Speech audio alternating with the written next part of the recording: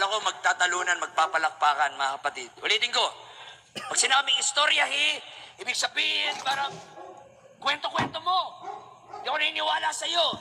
Storya-storya mo lang yan. At yun ang gusto natin sabihin kay Satanas.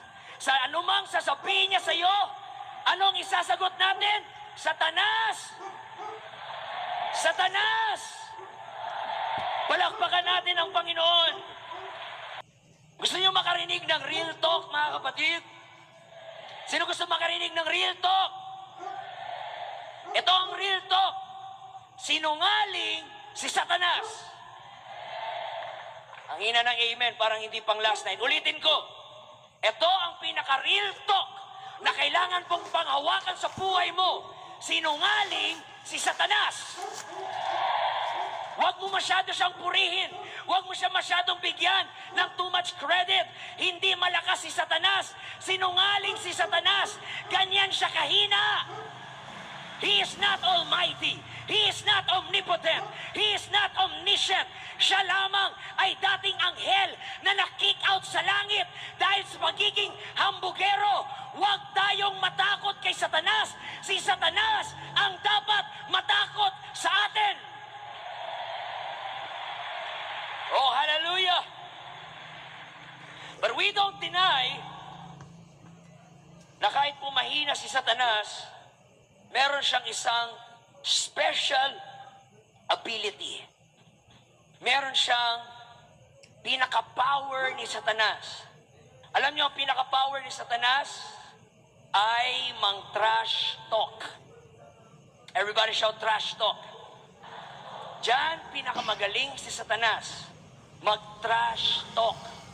At dahil ganun siya kahina, kaya ang kaya niya lang ay mang-trash talk. Di ba yung mga weak? Yun yung mahilig mang-trash talk, mga kapatid. Ganun kahina si Satanas na ang kaya niya lang ay mang-trash talk. Si Satan po ay isang trash talker. Sa scripture, mababasa natin maraming beses na tinawag siyang the deceiver, the father of lies, the accuser of the brethren. 2 Corinthians 4:4, the God of this world, small letter G, who hath blinded the minds of them which believe not.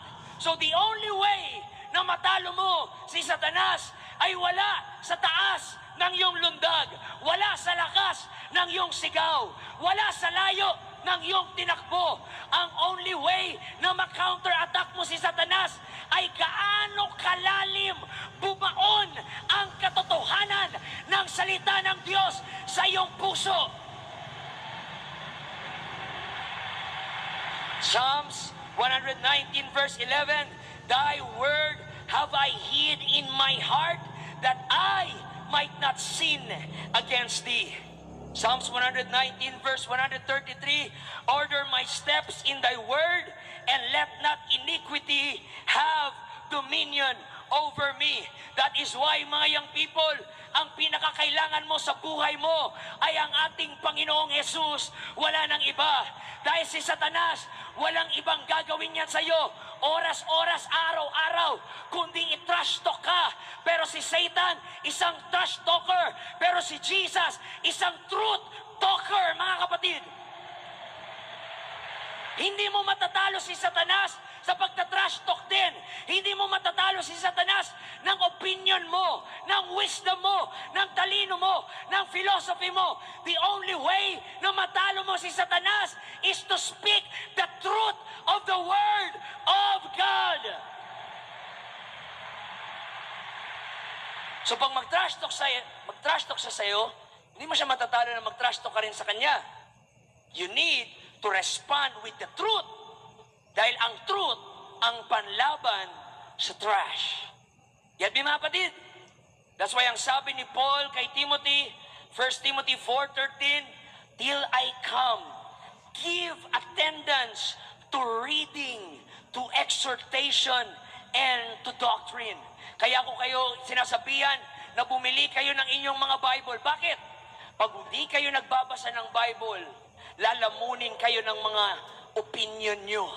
ng mga haka-haka nyo, ng mga isip nyo, walang nagmamahal sa'yo, wala kang future, wala kang kayang gawin. So ang pang-counterfeit at pang-detox sa mga pollution na nakuha mo sa social media, sa eskwelahan nyo, ay ang kapangyarihan ng salita ng Panginoon.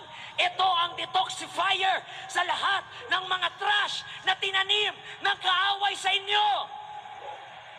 Kung wala ang Word of God sa isip mo at sa puso mo, madali kang tutumba sa isang trash talk ni Satanas.